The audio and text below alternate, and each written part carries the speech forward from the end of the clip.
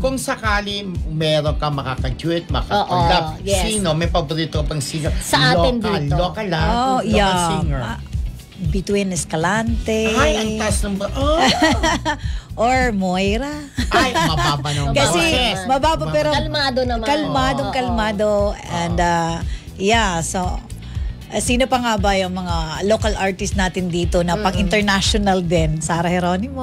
Oh my God. Si Regine, di ba pinag-book mo? Oh my God, Regine. My favorite. Kaya lang.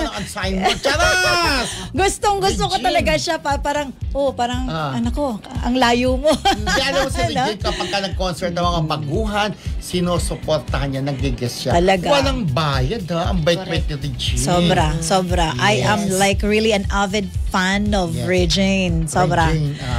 Kinakanta ko rin yung mga kanta niya sa karaoke nga lang. Dadalhin na. Ganun, ano? King Palacio. Diba? Okay. Yeah. Oo, ayan. So, ready na ba? Ay na, kakanta ka na. Parinig mo sa amin ang iyong Golden Boys, diba? Oo.